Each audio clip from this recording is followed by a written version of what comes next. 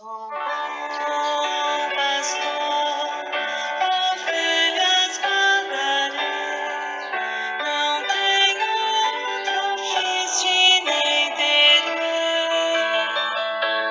Quantas vidas eu tiver, eu lhes darei. Sou bom pastor, ovelhas guardarei, não tenho outro ofício e nem terei. Quantas vidas eu tiver, eu lhes darei.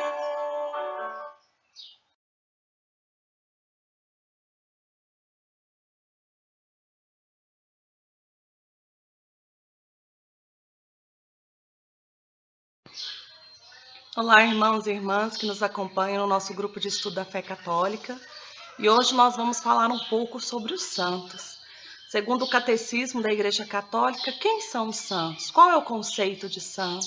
Santos são todos aqueles falecidos que se encontram hoje na glória de Deus. São todos aqueles que estão no céu, que estão em comunhão com a Santíssima Trindade, a Virgem Maria, todos os anjos e todos os outros bem-aventurados, tanto aqueles que foram direto para o céu, tanto aqueles que precisaram passar por uma purificação pelo purgatório. Todos os que se encontram hoje no céu são considerados pela Igreja santos. E a Igreja vive, então, a comunhão dos santos. O que significa isso? Todos nós que pertencemos à Igreja, nós estamos unidos como membros de Cristo, unidos no corpo, cuja cabeça é Jesus Cristo.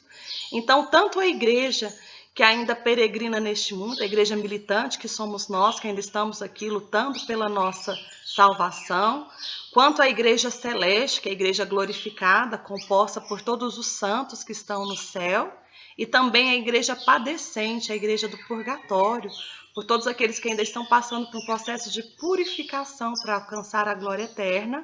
Todos nós estamos em uma comunhão espiritual, estamos juntos com o mesmo objetivo da salvação eterna, de estar na presença do Senhor. Então, como que acontece isso? Através dessa comunhão dos santos, essa comunhão espiritual entre toda essa igreja, dos que aqui estão, dos que já estão no céu, na glória de Deus, e que estão no purgatório, nós estamos juntos. Então, todos aqueles que se encontram hoje na glória celeste, que são santos de Deus no céu, intercedem por nós que ainda caminhamos aqui na terra. Intercedem pela igreja militante que ainda precisa alcançar a salvação. Nós, enquanto igreja que caminha nesse mundo, também precisamos interceder por aqueles que pertencem à igreja padecente, à igreja do purgatório, para que as penas devidas do pecado sejam diminuídas, sejam expiadas, para que eles possam adentrar na vida eterna. Quem está no purgatório não tem o poder de interceder por si próprio, precisa da nossa intercessão.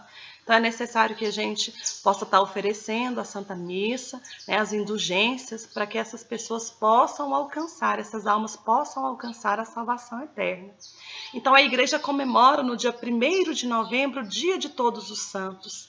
Tanto os santos que são conhecidos pela igreja, como os desconhecidos, as pessoas comuns, que não fazem parte do catálogo de santos oficial, de santos e beatos da igreja, que estão abertos à veneração mundial. Então, esses são os santos desconhecidos.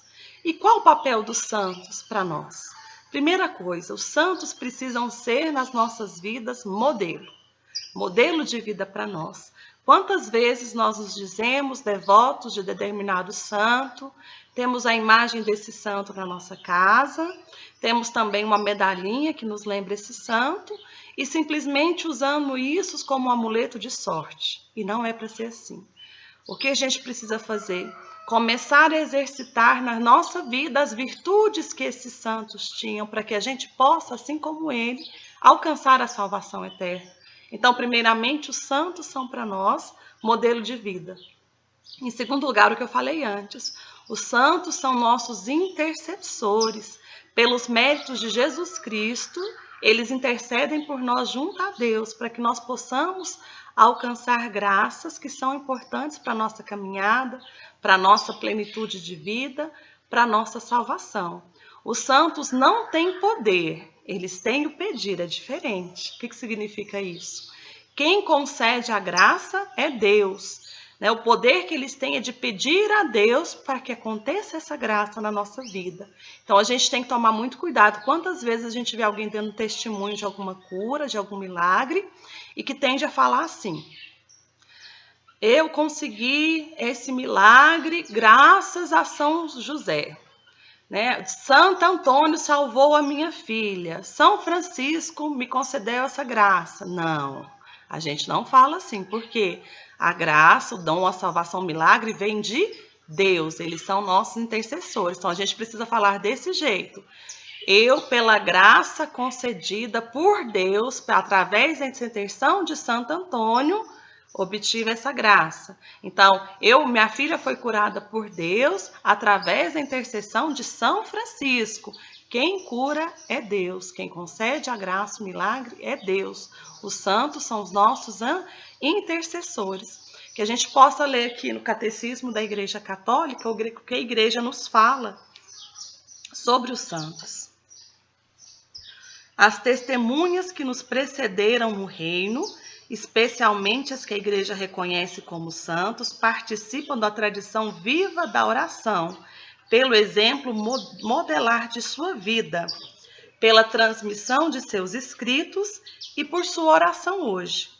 Contemplam a Deus, louvam-no e não deixam de velar por aqueles que deixaram na terra. Entrando na alegria do Mestre, eles foram postos sobre o muito. Sua intercessão é o mais alto serviço que prestam ao plano de Deus. Podemos e devemos pedir-lhes que intercedam por nós e pelo mundo inteiro. Quantas vezes entre nós, nós passamos por uma dificuldade e a gente pede para o irmão para rezar por nós. Irmão, reza por essa situação na minha família, para que minha filha seja curada, para alguém alcance alguma graça. E da mesma forma funciona com os santos. Se a gente é capaz, nós aqui pecadores, caminhando rumo à salvação, caminhando rumo a Jesus, ainda nessa situação de pecado, infelizmente, que nós estamos, se a gente é capaz de rezar um pelos outros, imagina os santos, aqueles que já estão na graça junto a Deus, estão ainda mais próximos, Como é poderosa essa intercessão dos santos em nossas vidas. E a gente, então, observa na igreja o processo para se tornar santo. Como que se chama esse processo? Canonização. O que é a canonização? Segundo o Catecismo da Igreja, é a declaração da Igreja de que os fiéis santos praticaram de forma heróica as virtudes e a fidelidade a Deus, tornando-se para nós modelos de vida e também de intercessão. E a canonização acontece fundamentalmente em 3 passos. No primeiro passo, é verificada as virtudes do candidato a santo ou martírio, ou seja, se ele realmente era uma pessoa virtuosa, que existia a virtude da caridade, da fé, o amor ao próximo, a paciência e a perseverança e uma série de outras virtudes, ou então se ele morreu em martírio, se ele foi morto pela fé por defender até o limite a sua fé. Então, primeiro é verificado isso. Verificando isso, passa para o segundo passo. O que é o segundo passo? O processo de beatificação. Então, vai acontecer o quê? Vai acontecer a verificação se, através da intercessão daquele candidato a santo, houve um milagre que seja inexplicado pela ciência, um milagre rápido e de forma duradoura, permanente. Então, através dessa intenção, desse milagre, pela intercessão desse santo, ele então é beatificado. E o terceiro processo é a canonização em si, comprovando-se que esse santo já realizou um milagre, que ele foi beatificado, então ele precisa realizar um segundo milagre para aí sim ele ser canonizado, para ele estar participando daquela lista de beatos e santos da Igreja Católica que são venerados no mundo inteiro. E hoje essa lista consta com mais de 27 mil pessoas, santos, reconhecidos pela Igreja Católica. E que nós somos chamados a venerá-los, admirá-los. Como nós falamos no último encontro, O culto que nós prestamos aos santos é o culto de dulia, de veneração, de admiração. Então, as imagens que nós temos em casa precisam nos lembrar que aquela pessoa que foi ali demonstrada através daquela imagem foram pessoas que lutaram contra o pecado, que conseguiram viver a santidade no dia a dia. Os santos pecaram, sim. Santos foram pecadores como nós. Mas qual é a diferença? É que eles não se acomodaram com a situação de pecado. Eles continuaram lutando, né? Tiveram verdadeira aversão ao pecado. Então fugiram do pecado e buscaram a santificação pessoal e encontraram a graça de estar no céu. E a gente pode também, no Código de Direito Canônico, ver a respeito da veneração dos santos. Qual a instrução que a igreja nos dá? Lá no cânon 1186 está escrito: para fomentar a santificação do povo de Deus, a igreja recomenda a veneração especial e filial dos fiéis à bem-aventurada e sempre Virgem Maria, Mãe de Deus, a quem Cristo constituiu mãe de todos os homens, bem como promove o verdadeiro autêntico o culto dos outros santos, cujo exemplo os fiéis se edificam e pela intercessão dos quais são sustentados.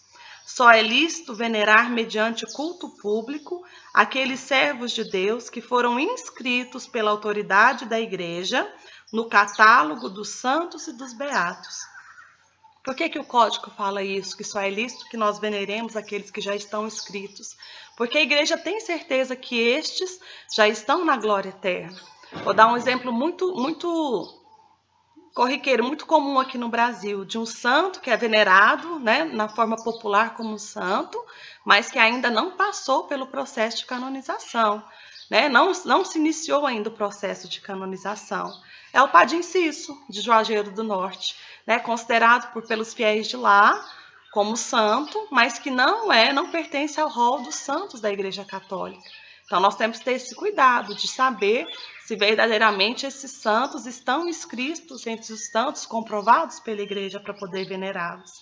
E eu gostaria de falar de uma forma especial de duas santas, né, no dia de hoje, a partir de uma pergunta que foi enviada, de duas santas, doutoras da Igreja, Santa Teresinha do Menino Jesus e Santa Teresa de Ávila. A pergunta que foi feita foi a seguinte: por que nós comemoramos o dia de Santa Teresinha do Menino Jesus no dia 1º de outubro e de Santa Teresa de Jesus no dia 15 de outubro? Qual é a diferença? Então, nós vamos falar sobre essas duas, são duas santas diferentes.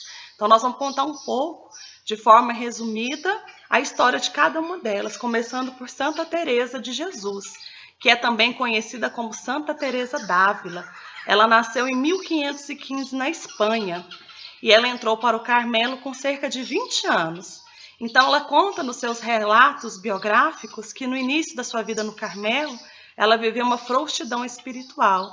Ela ainda estava muito apegada às pessoas, aos parentes, às conversas desnecessárias.